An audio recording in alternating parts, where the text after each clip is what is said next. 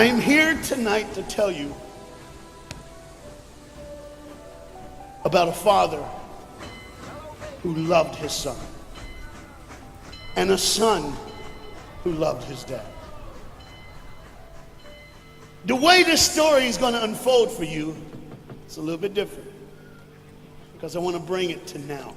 You see, a dad would go home and he would go by the school, and every now and then he would pick up his son and say, "Son, why don't you go to work with me?" The boy loved that. And when his dad would just come and pick him up, he was the happiest boy ever. He knew that he would get to spend the afternoon with his father at work, and he would get his coat and they would walk, and he would bring hot chocolate for his son, for it's really cold, and they would go through. But this boy was different. This boy would see things. This boy wasn't normal. And when they were walking one afternoon going to where dad worked, this boy would notice things that other people wouldn't notice. He see things other people wouldn't see. He sees a man in a bathrobe in the middle of the street who's yelling at a second-story window. He sees a woman who's very angry at him and doesn't really want to hear what he says. This boy, as the rest of the world hustles by, he slows down. He sees the hurt and the pain. He sees the anguish and the sorrow. He sees the window close and a desperate man trying to get it.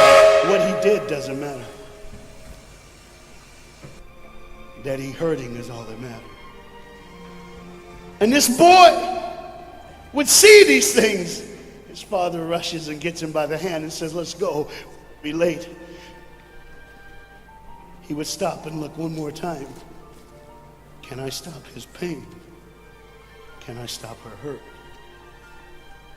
But the boy loved his father. They would go and they would catch the trolley. I think that's what you call it here. We call it a tram. Yeah, I don't know the words, but he would get on there with his dad, and the boy would just notice people. He would look, and that day, one particular, he noticed something as he got on the train. To explain something, as you can hear, there's a train coming, and I got to get through this before the train gets here. He saw a man, he saw a woman. He saw that the man seemed very happy and the woman seemed very sad, and he couldn't understand why they could be together and one be happy and the other be sad. He couldn't understand that, but the little boy knew that there was something wrong. He had this feeling, this instinct that was amazing, how he cared for other people, but he loved none other than his father. He knew his daddy loved him, and as he watched the world and their hurt and their pain, he knew that he would always have a father. But even notice this, I need you to understand as you hear this story and get involved in the life of this man and his son, I need you to notice that there's no mom. As they walked through the woods, the boy would say to his father, "Dad, what will I do when I grow up? What will I get to do? I get a cool job like yours? How will I work?" He said, "I don't know, but I want to change the world. I want to do something great. I want to do something wonderful. I want to help people. I want to do something that could change the lives of anyone. I just want to be that great. I just want to do something good." And as he walked with his dad would say, "Son, you will be great. You will be awesome. You will change the world. Your life is going to be incredible."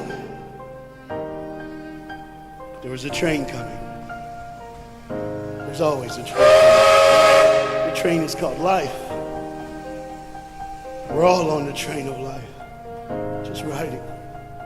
Whether we realize the truth or not, whether we realize what's happening or not, we're all on that same train tonight. Only God has saw it fit for us to be in the same room, in the same car, for such a time as this.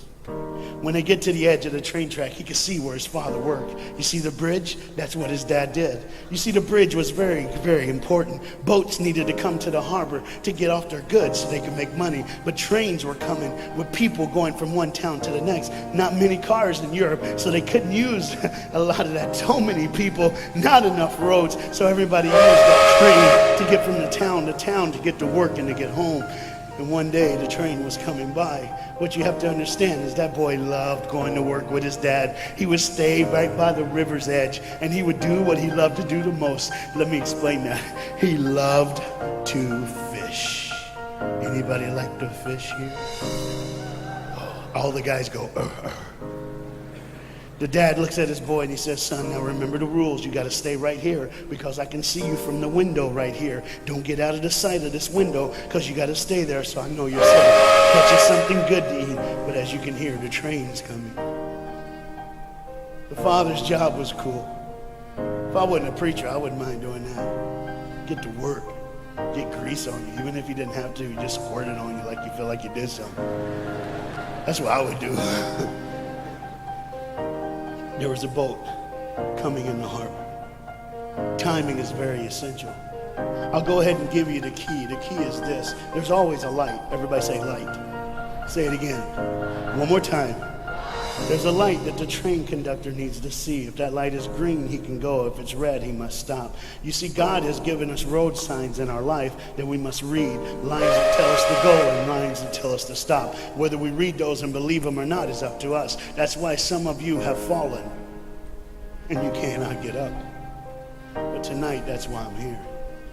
The boat needed to come through, so he called, and the man said, okay, I got time. It's a long time before the train should come. So he pulls the lever, as you just saw, and the big, huge steel bridge, the gears started turning. They started cranking the steam. All of a sudden, gears are moving, and that big, huge bridge is just starting to go up. As it rises higher and higher, he has to watch and make sure everything's set, everything's good, everything's fine. As he looks out the window, he can see everything, but the dad, being a good dad, keeps one eye on his work, but the other eye on his baby. One eye on the world, but the other eye on his children. You think God doesn't know where you are? He keeps one eye on his world and one eye on his child. No matter what you've done or where you've been, it's one eye on the world, but the other eye's on you. He's watched you and he's kept you. Even though your train is coming down the track, he understands that. And even though sometimes, I don't want to get ahead of myself. See the red light? He doesn't see it. So many times we don't see the red light. See, to just say the train was early. The boy can hear and see the steam. And he looks and says, Daddy, the train. Daddy, Daddy, the train's early. Daddy, you got it, Daddy.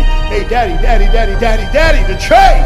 Daddy, the train's coming. But the dad was looking at the gears, making sure he had enough oil, making sure there was enough steam to get the bridge back down for the train. And the boy knew one thing. Now listen, the boy knew that his dad one time showed him where the trigger was. It was a red lever. If he pulls it, the train bridge would collapse down fast and the train would be able to come across. All the boy knew was there were people on that train. There were people that needed to be saved. There were people that had, some of them just with their friends having a good time, like everything's fine. They did not know that the bridge was up. They did not know what was coming. They're just living their life like you and me, just going down the road, just being our own thing, doing our own thing. And the dad all of a sudden hears the train coming. He looks and then he says, oh, my son. He looks out and his boy's gone. He's like, oh my God, where's my son? Where's my son? He got to figure out. He looks back just in time to see his son trying to save the day. All he had to do was pull that lever. He reaches in to pull it, and the boy pulls too far, and he falls in the hole. Now it's on the father, and God the Father, did you hear me? God the Father has to make a choice. It's his now. Do I save my son, or do I save the world? But they don't even know. They don't even know. The greatest decision of his life. He could blame it on them not seeing the red light. He could blame it doesn't matter anymore. Pull the lever, save the world. Leave it up.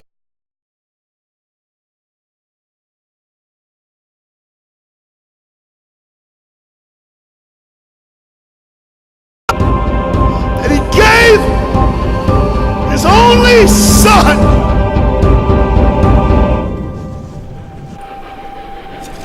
Whosoever believes in him will not perish. 3, 2,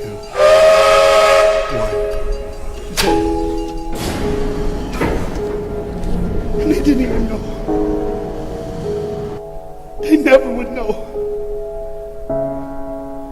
They didn't even know. The train goes by. It's fine. Everything's cool. The bridge is down. Just like always. It's always going to be down. Are you hearing me tonight? He gave his only son.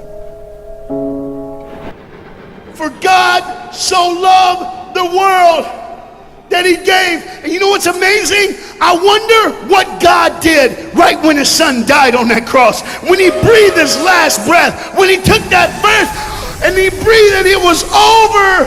Here's what the Father would have looked like. They didn't even know, just trying to think of their life, just trying to figure out what they're going to do next. Just thinking about the person they're going to see, the people they're going to hang out with. Just trying to be just loving, caring. Doesn't matter if you're blind. Doesn't matter if you're putting on a little more makeup, trying to look pretty for somebody, or just wearing another mask. It doesn't matter. God gave his son for you.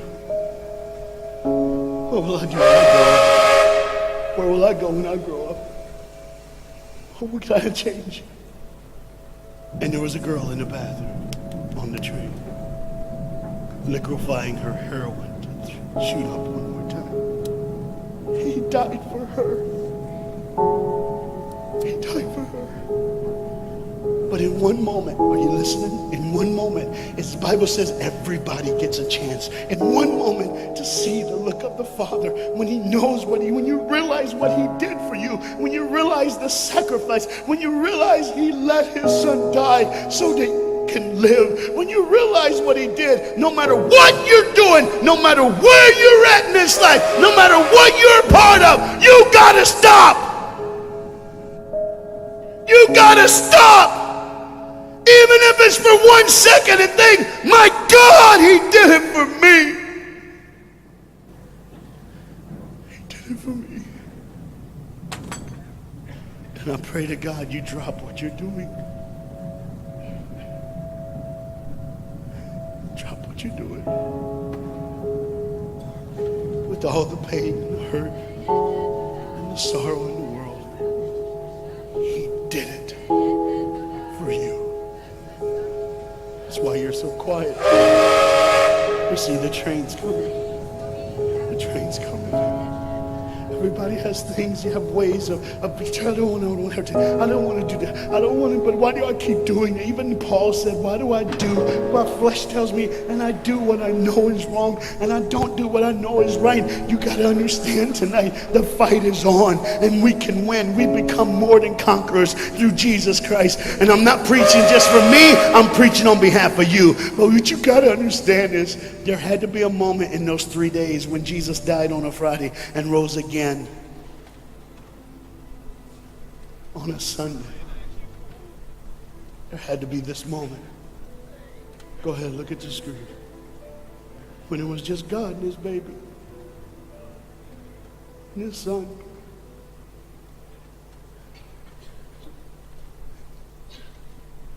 Every sin that's ever been committed in this earth is rolling through your mind right now. I'm here to tell you that as the sun sets in the afternoon, the sun will rise again. And when the sun rises again, you cannot change your past, but you can change your future. You see, it's always a different day. One day someone lives, the next day they die, the next day you wake up and you're still living. You're like, why am I going to live? Why does this have to be my turn? Why can't I? You can just preach. I could have stopped, but I need you to see the whole picture here. You see, because when God the Father gave his only son, when Jesus Christ breathed his last breath and he died, he did it in a way that you can never ever say, you don't know me, you don't understand me, God don't understand my pain, God don't understand my sorrow. You see, that's the very train that boy was on. That's the very train that he was on. And as this dad remembers, look real close. You see the pictures of the people? Bam, there they are. But there's somebody added in the picture, isn't it? Bam, there they are. Do you see who's added in it? In every face of every person, Jesus is in their life. Why? Because when you're the greatest sacrifice, you always end up in everyone's life. No matter where they are, who they are, he did it so that you can say he was there all the time, waiting patiently in line. Jesus Christ was there all the time. And the train keeps going. The train keeps coming. Train keeps moving. People keep living and people keep dying. And God the Father just watches it all. One eye on the world, the other eye on you. Some of you are starting to figure it out. You're like, what is he looking for? Just one girl. Because see, the whole horrible day, God only had his eyes on one person. And it was just a day on the street corner. And he walked by, he saw a girl with a baby. And she saw him. Do you get it? Old things are passed away, behold, all things become new. He did it so that we could live. No matter what the sin, no matter what the pain, no matter what the sorrow, the sacrifice was perfect. It was perfect. And it was for you. And God the Father watches it all unfold. And all he can say